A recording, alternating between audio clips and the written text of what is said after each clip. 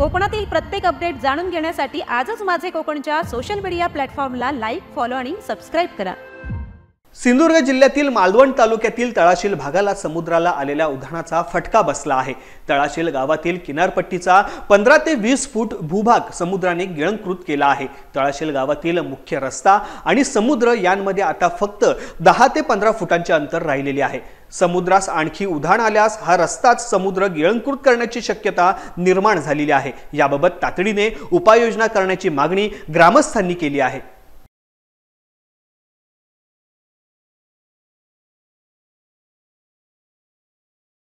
तळाशीलचा जो भूभाग आहे तो तोंडवळीची एक तळाशील वाडी आहे आणि या ठिकाणी तळाशील ज्या वाडीत जवळजवळ 800 ते 1000 लोकवस्ती आहे आणि जवळजवळ 150 ते 250 घर आहेत या ठिकाणी आणि अशी लोकसंख्या आणि हा समुद्र आणि खाडी याच्या मधोमध तयार झालेल्या पट्ट्यात एक वाळूमय पट्ट्याचा झालेला ही तळाशीलची वाडी आहे।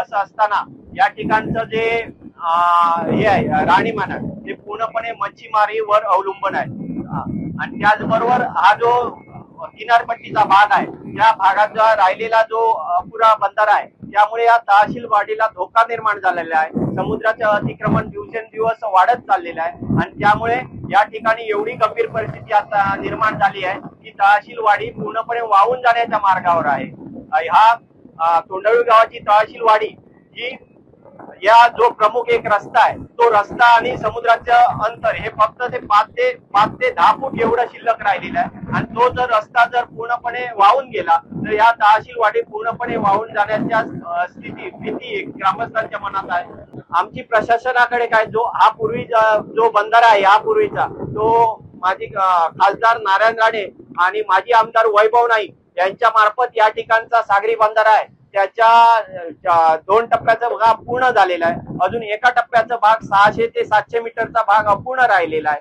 आणि तो भाग तातडीने करावा यासाठी आम्ही गेल्या 2 वर्षापूर्वी या ठिकाणी आंदोलन केलेलं, पाण्यात उतरून उपोषण केलेलं, त्याची पण कुठल्याही शासनाने दखल घेतली नाही आणि आता या ठिकाणी जो भूभाग वाहून चाललेला आहे जो भाग वाहून जातोय त्याला वाचवण्यासाठी शिवसेना जिल्हा प्रमुख माननीय दत्ताजी सामंत यांनी या ठिकाणी तात्काळ याची दखल घेऊन हा भूभाग आपला वाडीचा वाहून जातोय किंवा जो वाडी 2 तुकडं पडण्यापासून वाचवावं यासाठी या ठिकाणी ते गेले 2 दिवस या ठिकाणी तहसील ग्रामस्थांची संपर्क साधून या ठिकाणी प्रत्यक्ष भेट देऊन आपल्या स्वखर्चाने या ठिकाणी आता काळ्या बंधाऱ्याचा तात्पुरता दगडी बंधारा ते काम या ठिकाणी चालू केलेले आहेत आणि त्यांच्यामुळे आम्हाला कुठेतरी आज आशा निर्माण झाली की आम्ही या ठिकाणी सुरक्षित राहू शकतो।